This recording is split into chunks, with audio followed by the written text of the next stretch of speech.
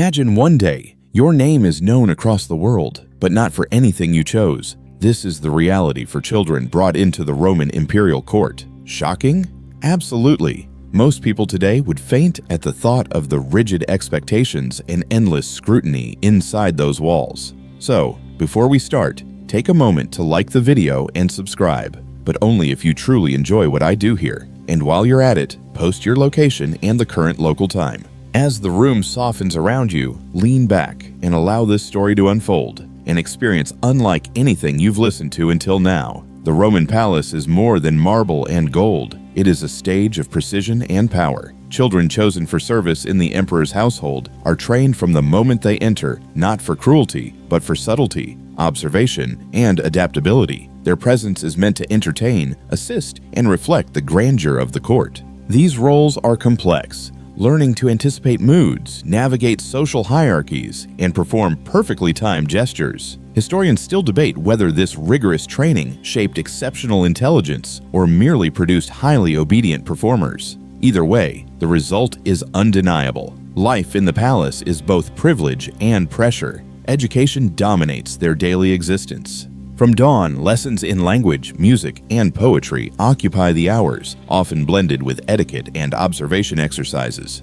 Each child must master speech, how to speak softly yet clearly, how to modulate tone to charm or soothe, and how to adjust words depending on the audience. Strange anecdotes from the period suggest some could imitate key figures' voices and mannerisms almost perfectly, an ability used to amuse or convey messages without words. For a modern listener, the image of a child mimicking a senator's cough at dinner might seem humorous, yet it was part of their careful preparation to survive the intricate social world of the palace.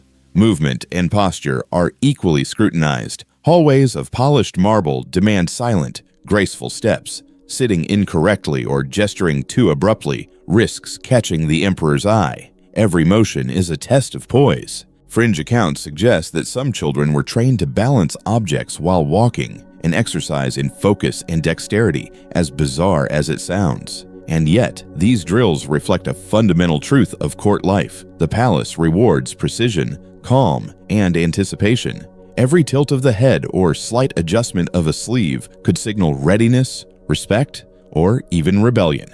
Music, performance, and artistry form another layer of education. Boys and girls alike practice instruments, recite poetry, and participate in small plays or singing exercises. Even minor talents could earn temporary favor or attention, though they must always remain within invisible lines of decorum. Historians still argue whether these opportunities reflect genuine appreciation of skill or were subtle forms of control. A child might be allowed to recite a verse at a dinner gathering, yet even here, the pleasure of success is shadowed by the constant pressure to impress the emperor correctly. Etiquette lessons dominate the smallest details. Children memorize the correct angles of bows, the ideal distances from thrones, and the appropriate ways to hold objects or even their own hands. Fringe narratives suggest that advanced pupils could anticipate which officials required grander gestures and which preferred minimal acknowledgement, a skill often taught by age 8. Modern observers might call such instruction absurdly meticulous. Yet, in the context of palace life, it is survival, social intelligence, and impression management rolled into one.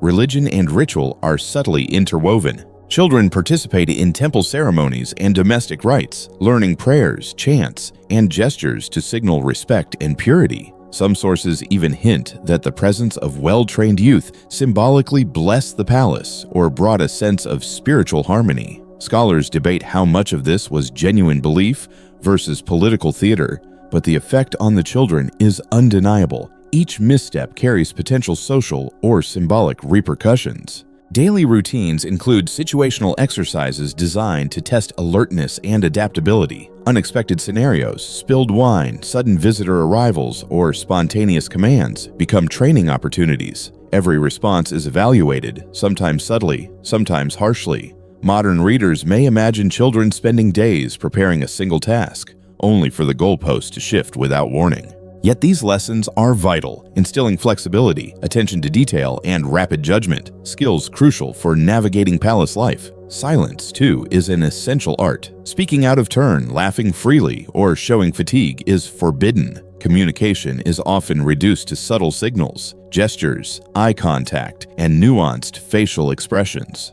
For the untrained eye, this may seem suffocating, but within the palace, silence is both armor and instrument. It teaches children self-restraint and careful observation, shaping them into quiet participants who move like shadows through the corridors. Social dynamics are complex. Friendship is allowed within strict limits, but rivalry, jealousy, and favoritism pervade every corner. Children learn not only to perform, but to anticipate reactions, read intentions, and adjust behavior accordingly. Even the smallest achievement, pouring wine gracefully, reciting a line correctly, can attract attention or envy, highlighting the precarious balance of recognition and caution. This rigorous, multifaceted life cultivates acute perception, adaptability, and social intelligence. Yet scholars still debate the long-term effects. Were these children nurtured into brilliant thinkers, or were they molded into instruments of performance, stripped of spontaneity? Anecdotal evidence suggests fleeting moments of genuine childhood, shared jokes, small displays of affection exist within the constraints of constant observation.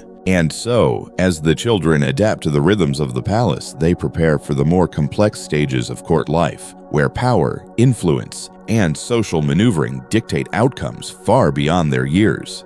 Every glance, every word carries weight, and the deeper truth behind the grandeur of the emperor's court, the full web of hierarchy, loyalty, and subtle dominance remains just out of reach, waiting to be revealed. Life in the palace, once you've mastered the basic movements, language, and rituals, does not get simpler. It deepens. The children who have learned to navigate corridors without incident now find themselves enmeshed in the subtler, more treacherous currents of social hierarchy. Every hallway, dining room, or ceremonial space carries potential observation points, not only by the emperor, but by the advisors, guards, and attendants who all play a part in the palace ecosystem. Favor, notice, or the mere lack of acknowledgement can ripple through a day, subtly altering the trajectory of a young person's life. Historians still debate how much of this was deliberate social engineering versus natural consequence of life in such concentrated power.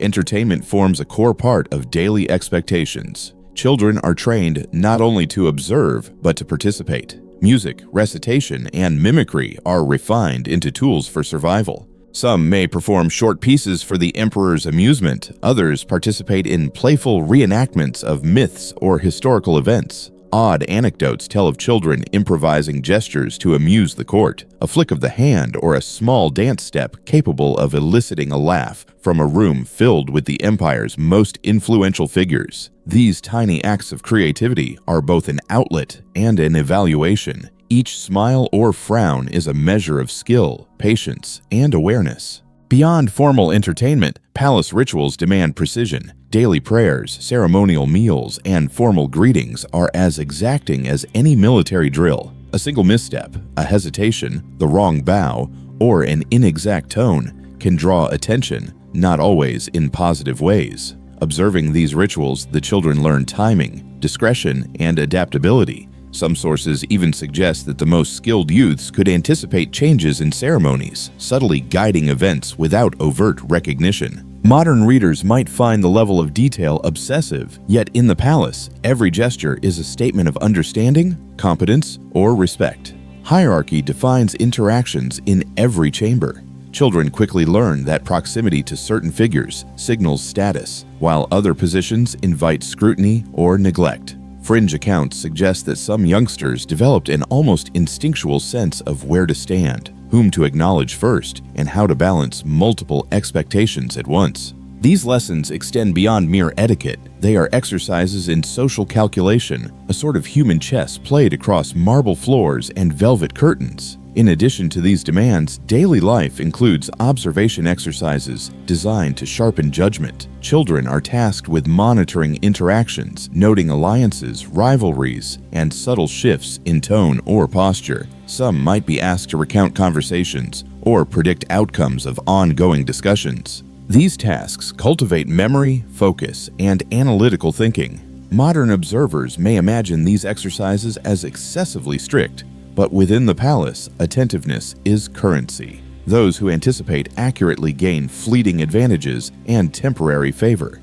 The palace is also a laboratory of adaptability. Sudden events, A guest's unexpected arrival, a minor dispute between officials, or even an accidental spill become lessons in poise, discretion, and improvisation. Children learn to adjust their behavior instantaneously, responding appropriately without attracting negative attention. Some fringe reports even suggest that this constant unpredictability honed quick thinking to near genius levels, though historians still argue whether this applied equally to every child or only to those naturally inclined toward such skills. Education continues alongside these duties.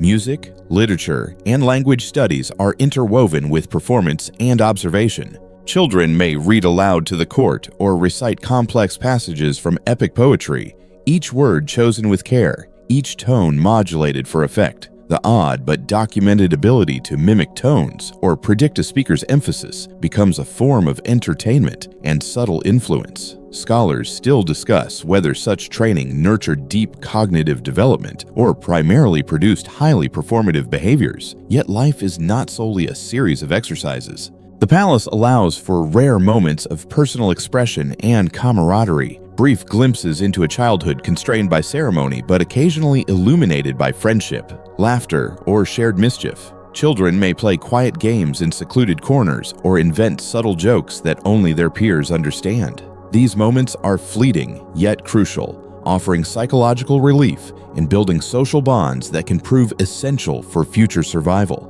Attention to detail extends to every object and surface. Children are trained to notice nuances in clothing, insignia, and room arrangements, understanding that even minor changes can signal political shifts, personal moods, or impending events. Some fringe anecdotes describe children learning to detect subtle changes in lighting or decoration, predicting which events would require specific behaviors or gestures. This combination of acute observation and memory forms an invisible skill set, often unrecognized by the casual visitor, yet vital within the palace walls. Ritual and tradition are omnipresent. Children witness not only public ceremonies, but also private rituals, learning the appropriate tone, pace, and posture. Participation in these events, even in minor capacities, fosters awareness and self-discipline. Some children develop extraordinary precision in timing and placement, able to execute sequences flawlessly under scrutiny. Modern interpretations might call such training obsessive or overwhelming, yet within the palace, it is survival, self-protection, and social strategy entwined. Despite the strict routines, small forms of amusement persist. Humor, storytelling, or playful mimicry create brief respites from the constant scrutiny.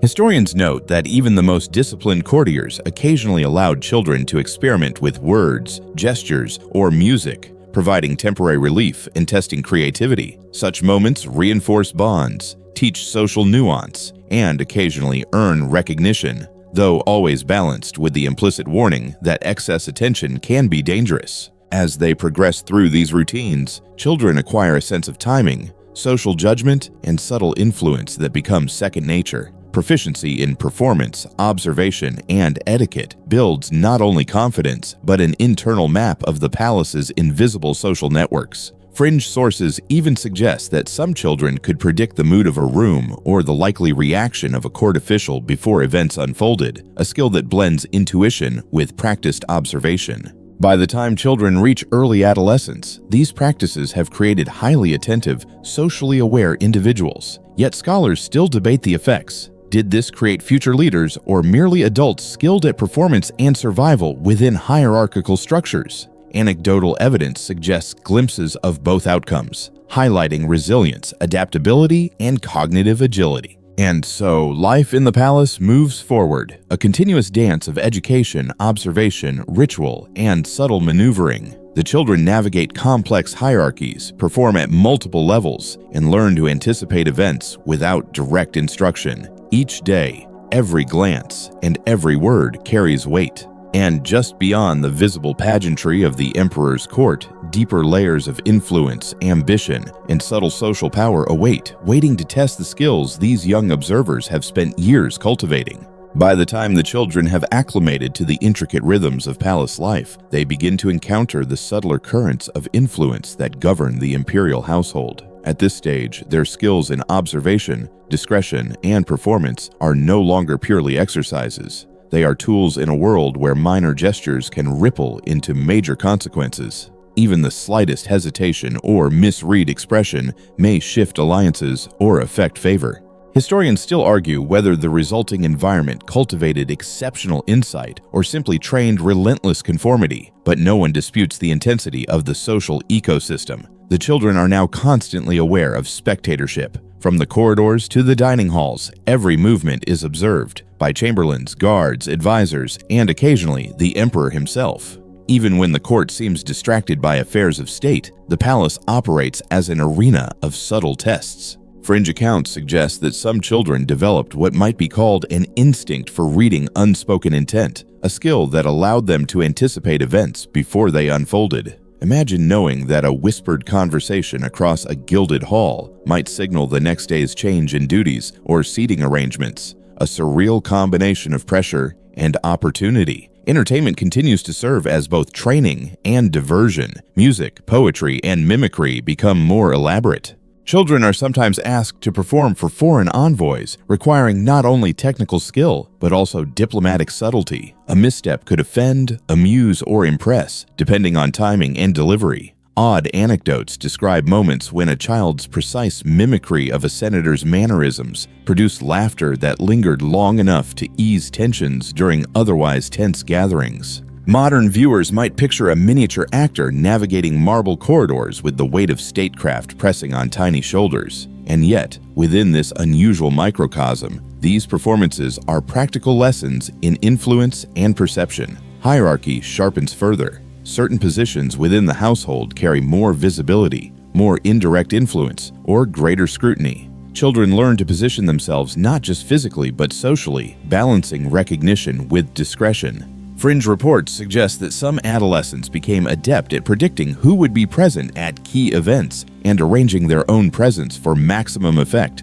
a subtle form of social strategy. Historians still debate whether such behaviors were a product of innate intelligence, learned adaptation, or a combination of both. The palace is a landscape of continuous observation exercises. Children are asked to note patterns: who speaks first, who lingers behind, which gestures carry weight. These tasks enhance memory, focus, and analytical thinking. Some even report that certain individuals could track dozens of interactions simultaneously, producing an internal mental map of alliances and rivalries. This ability, trained subtly over years, allows the children to navigate complex social networks with a precision that seems almost preternatural. Instruction in ritual and etiquette becomes more nuanced. It is no longer enough to perform gestures correctly. Timing, emphasis, and subtle expression are now under scrutiny. Each ceremonial bow, each recited passage, each gesture of acknowledgement carries implications that can ripple through the court. Some fringe anecdotes suggest that exceptionally skilled children could anticipate how a guest or official might react and adjust behaviors in real time,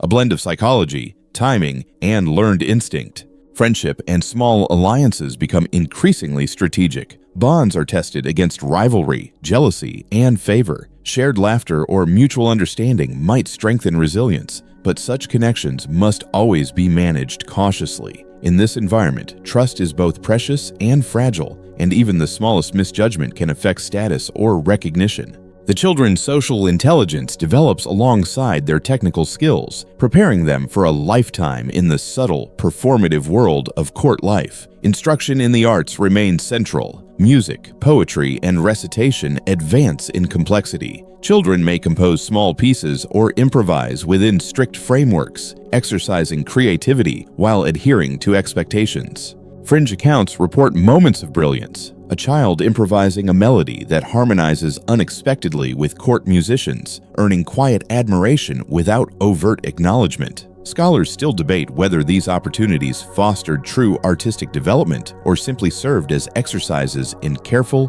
controlled expression. Observation skills extend to the material world. Children are trained to notice patterns in clothing, jewelry, furniture, and room layout. Minor changes may signal political shifts, personal moods, or impending events. Anecdotes describe children accurately predicting seating arrangements, guest preferences, or ceremonial adjustments by interpreting subtle environmental cues. Modern readers might find this level of attentiveness obsessive, yet it demonstrates the breadth and depth of cognitive and social training within the palace. discipline is reinforced through unpredictability. Sudden adjustments to schedules, unexpected visits, or spontaneous tasks test flexibility. Children learn to perform flawlessly under variable conditions, cultivating poise, resilience, and problem-solving skills. Fringe narratives suggest that some developed an almost instinctive ability to react appropriately, blending learned behaviors with sharp intuition. Historians still question whether this cultivated extraordinary mental acuity or imposed lasting stress, but it undeniably shaped the palace-trained psyche. Humor and storytelling remain rare but essential reliefs. Small jokes, clever observations, or playful mimicry provide temporary escape and build social cohesion. These moments, though fleeting, strengthen bonds and encourage subtle social maneuvering. Occasionally, a particularly clever performance earns acknowledgement, granting a brief but meaningful sense of accomplishment. In a world dominated by scrutiny and expectation, these tiny victories carry weight disproportionate to their size. As these adolescents advance, they develop what might be called the palace instinct, a blend of performance, observation, discretion, and anticipation. Every glance, word, and gesture is a tool. Every interaction an opportunity or potential hazard. The invisible currents of hierarchy, favor, and subtle influence flow constantly, demanding attention, memory, and adaptability. Fringe sources suggest some children could predict reactions and outcomes with remarkable accuracy, blending intuition with practice in a way modern observers find almost uncanny. And so, life in the palace deepens. The children, now capable of navigating ceremony, entertainment, and social strategy, approach a level of refinement and awareness far beyond their years. Yet the deeper structures of influence, manipulation, and control remain just beyond reach, hinting at the next stages of education, observation, and social mastery waiting to unfold. As the children grow older, palace life becomes less about learning basic etiquette or performing charming routines, and more about navigating invisible currents of influence that shift almost daily. The subtle hierarchies, previously only observed, now demand manipulation, strategic positioning, and the careful calibration of responses. Every glance, gesture, or carefully delivered compliment carries meaning beyond the immediate moment. Historians still debate whether such early exposure to power structures cultivated lifelong acumen or left scars of constant hypervigilance, but the stakes within these walls were always real. Daily routines expand into more complex performances. Children now participate in intricate ceremonies involving music, dance, and poetry, often performed before officials whose opinions could shape future duties. Fringe accounts describe children memorizing hundreds of lines of poetry, gestures, and musical passages, all while maintaining perfect posture and composure. Mistakes are noted, if not openly punished, and minor achievements can earn fleeting favor, a reward that carries social weight far beyond its immediate scope. Modern audiences may struggle to imagine balancing artistry, observation, and subtle political awareness simultaneously. Yet in the palace, it is not optional. It is survival. Hierarchy grows sharper with age. Certain attendants, musicians, or court officials hold disproportionate sway over recognition and advancement. Children quickly learn which alliances are safe, which interactions must be measured, and where discretion is vital. The ability to anticipate moods or reactions becomes as essential as memorized passages or flawless bowing. Anecdotal evidence suggests that some adolescents developed extraordinary social intuition, predicting outcomes of conversations or disputes before they occurred, an almost precognitive skill blending observation, memory, and subtle inference. Beyond public performance, children are tasked with internal observation exercises. They note subtleties in gestures, inflection, and posture, creating mental maps of alliances, rivalries, and potential threats. These exercises refine memory, focus, and analytical thinking. Some fringe sources suggest that certain adolescents could track dozens of interactions simultaneously, quietly predicting outcomes without attracting attention. Modern observers might imagine a miniature strategist moving quietly across marble floors,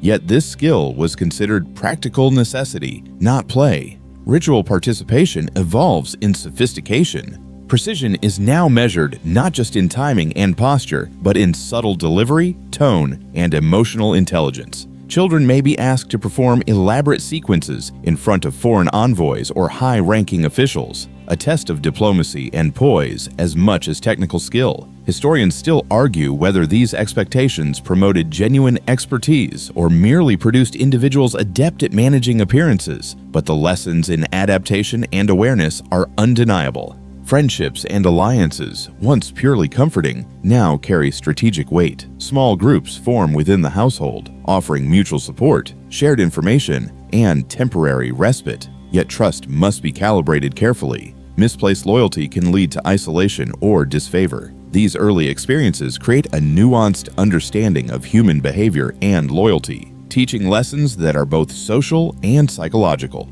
Fringe accounts suggest that the most skilled adolescents could manage multiple alliances simultaneously, navigating jealousy, envy, and hidden competition with remarkable subtlety. Entertainment continues as a vehicle for social maneuvering. Children improvise music, poetry, and gestures that entertain while signaling understanding and adaptability. Anecdotes recount moments when particularly clever individuals could subtly influence the tone of a gathering or ease tensions through well-timed humor or mimicry. These skills, once appreciated for amusement, now become tools in negotiating favor and maintaining visibility in a highly competitive environment. Scholars still debate the impact of these performances. Were they true exercises in artistry or strategic exercises disguised as entertainment? The answer may lie somewhere between, reflecting the dual nature of palace training. Material observation intensifies. Children are trained to note even the slightest changes in clothing,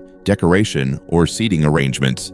As such, alterations can indicate mood, political maneuvering, or shifts in status. Fringe stories report children predicting which guests would receive preferential treatment or anticipating events based solely on subtle environmental cues. Modern observers may see this as obsessive, yet within the palace, such attentiveness is an essential tool for navigation and survival. Discipline remains uncompromising. Unpredictable schedules, sudden visits from officials, or impromptu tasks test adaptability and resilience. Children learn to react instantly, maintaining composure while performing flawlessly. Some fringe accounts even suggest that certain adolescents developed near-instantaneous decision-making abilities under pressure, a combination of learned behavior and heightened intuition. Historians debate whether this produced extraordinary cognitive agility or enduring psychological stress, but the results are undeniable, a level of situational awareness few could match outside palace walls.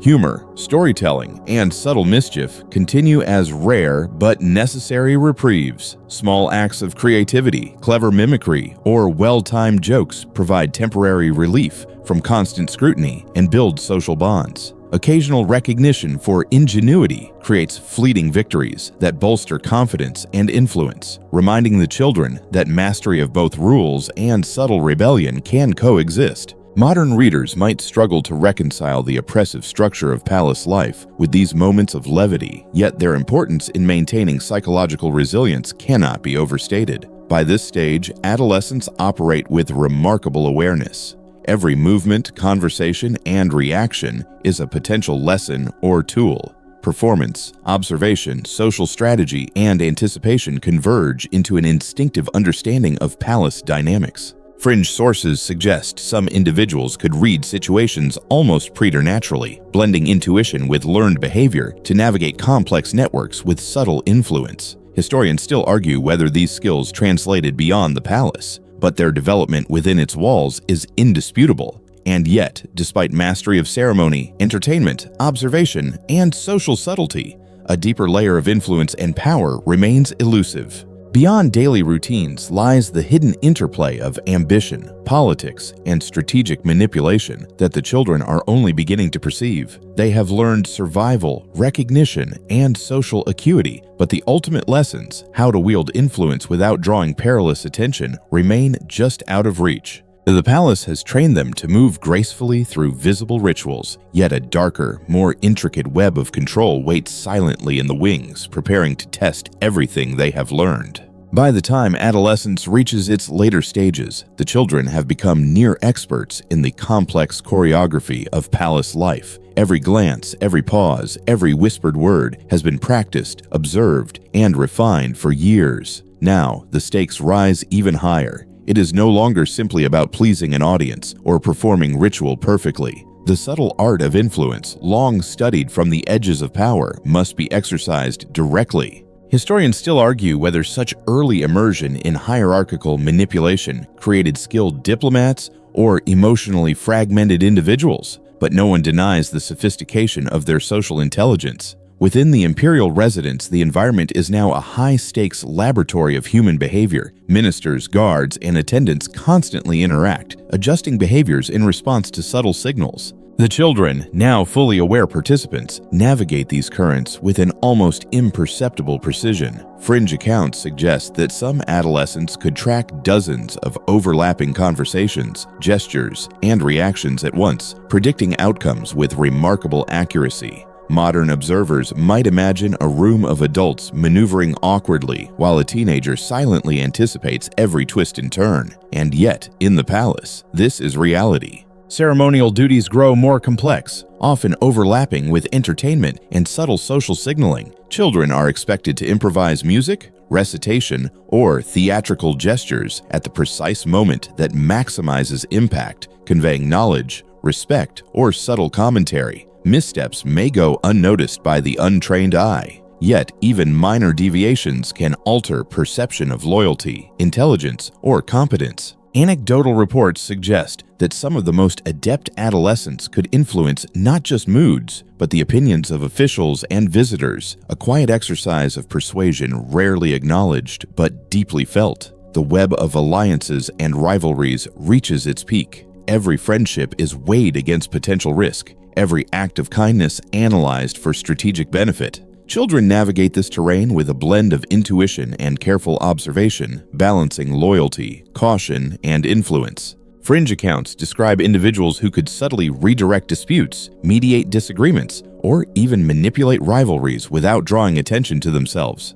Historians still debate whether these early exercises produced lifelong strategic thinkers or survivors whose social instincts were hardened by necessity, but the level of acumen developed is undeniable. Observation becomes a fully integrated skill. Changes in tone, posture, or decoration are noted instantly, interpreted for meaning, and used to guide future behavior. Children track minute shifts in alliances or attention, anticipating decisions, ceremonies, or subtle favors. The palace is a continuous test of perception, and the adolescents' minds function as living maps of influence. Fringe narratives describe moments when an individual predicted shifts in power before adults recognized them. A level of awareness that blends learned skill with something approaching instinct. Discipline and adaptability are pushed to their limits. Sudden changes to schedules, impromptu ceremonial demands, and spontaneous tasks test every aspect of performance. Children learn to respond instantly, maintaining composure while navigating highly complex expectations. Some fringe accounts even suggest the development of what could be called preemptive intuition, a seemingly uncanny ability to react appropriately to events before they fully unfold. Historians question whether such skills were sustainable or imposed lasting strain, yet they undeniably allowed children to thrive where others might falter. Small acts of humor, mimicry, and subtle rebellion continue to punctuate the rigidity of palace life. These moments of levity are not merely personal relief. They become tools for gauging reactions, establishing rapport, and subtly influencing perception. A cleverly timed joke, a delicate mimicry, or an improvisational flourish could shift an audience's mood, elicit favor, or cement minor advantages. Fringe stories recount occasions when a child's performance subtly redirected tensions in the court, easing conflict without overt intervention, a skill as valuable as any formal duty. Artistry and ceremony merge into a seamless whole. Music, poetry, and gesture are no longer practiced in isolation, but woven together as instruments of influence. A single bow may convey respect, loyalty, or subtle critique.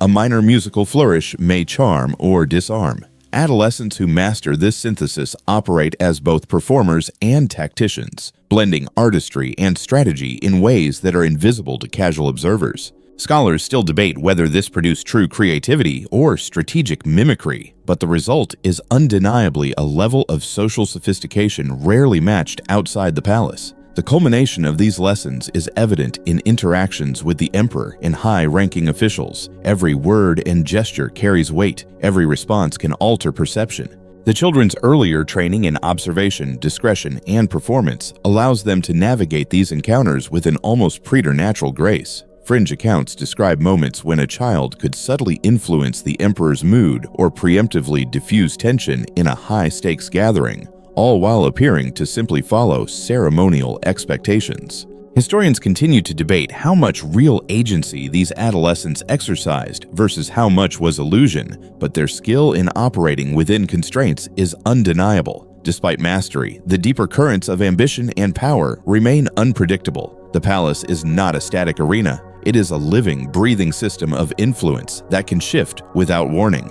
Adolescents who have honed observation, ritual, and social strategy must now contend with the subtle, often invisible forces of decision-making that define the emperor's household. Fringe reports suggest that the most adept could anticipate shifts in favor, maneuver through political nuance, and subtly influence outcomes, though even they remain vulnerable to sudden change. Modern observers might struggle to imagine the pressures involved, but these young individuals operate with a level of awareness few could sustain outside this environment. And so, the training, observation, and subtle manipulations converge. Performance, diplomacy, artistry, and strategic alliances all become tools in the intricate dance of palace life. The adolescents are no longer simply participants, they are active agents within a delicate ecosystem of power.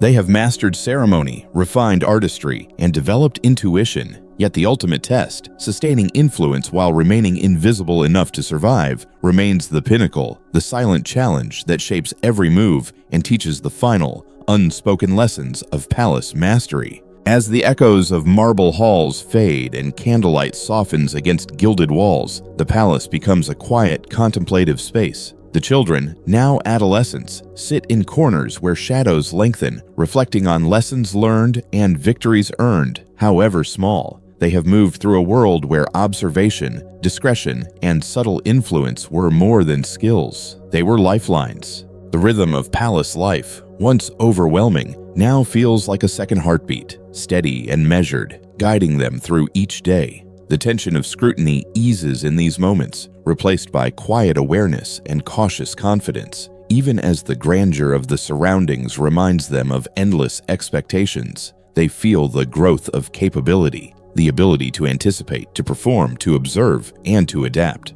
Every gesture, every smile, every subtle maneuver has prepared them for the unseen currents of influence that define their world. Humor and artistry remain companions, quietly reminding them that even in the most structured environments, creativity and levity endure. As the day closes, the palace shifts from a theater of performance to a sanctuary of reflection. The children's minds, trained in vigilance and strategy, now find moments of calm in the very lessons that once pressured them. They have learned the intricate language of observation and subtlety, translating every encounter into understanding. And yet, the deeper mysteries of power, unseen, intangible, and ever-changing, continue to whisper just beyond reach, a silent invitation to further mastery. As the room softens around you, lean back and allow this story to unfold, an experience unlike anything you've listened to until now. The palace may be quiet, but the echoes of skill, subtlety, and influence linger, preparing minds for histories yet untold. Next, we will journey into the shadows of another empire, where intrigue, strategy, and observation unfold in unexpected ways.